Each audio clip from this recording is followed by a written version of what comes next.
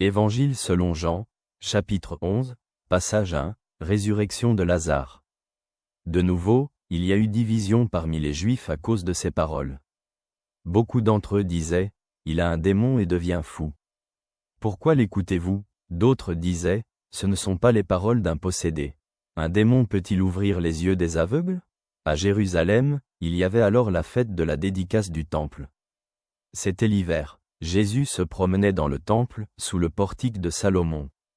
Les Juifs l'entourèrent et lui dirent, « Jusqu'à quand nous tiendras-tu en suspens?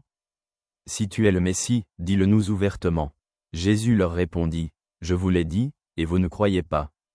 Les œuvres que je fais au nom de mon Père témoignent de moi. Mais vous ne croyez pas, parce que vous n'êtes pas de mes brebis.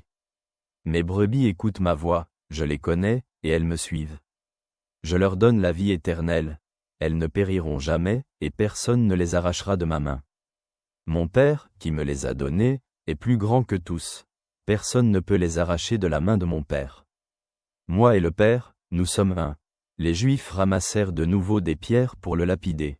Jésus leur répondit, « Je vous ai montré beaucoup de bonnes œuvres venant du Père.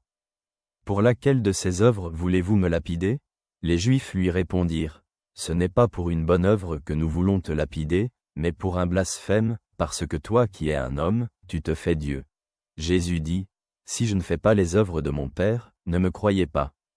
Mais si je les fais, même si vous ne me croyez pas, croyez à mes œuvres, afin que vous le sachiez et le reconnaissiez, le Père est en moi et moi dans le Père. » Considérons leur message. Dans cet extrait, Jésus déclare ouvertement son unité avec le Père, ce qui provoque la colère des Juifs.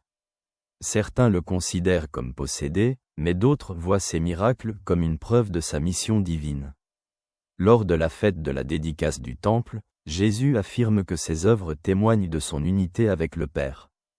Il indique que ses brebis, ceux qui croient en lui écoutent sa voix et reçoivent la vie éternelle.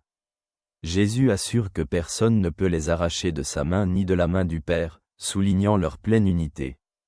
Les Juifs accusent Jésus de blasphème, mais il fait référence aux Écritures qui appellent « Dieu » ceux à qui la parole de Dieu est adressée. Jésus invite ses auditeurs à croire, sinon en ses paroles, du moins en ses œuvres, qui révèlent sa nature divine et son unité avec le Père. Cet extrait nous encourage à réfléchir sur notre foi. Savons-nous reconnaître Jésus dans ses œuvres et ses paroles? Il nous appelle également à une plus grande confiance en sa mission et en son unité avec Dieu le Père.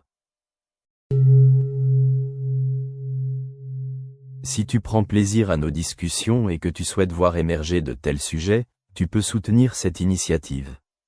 Détails dans la description.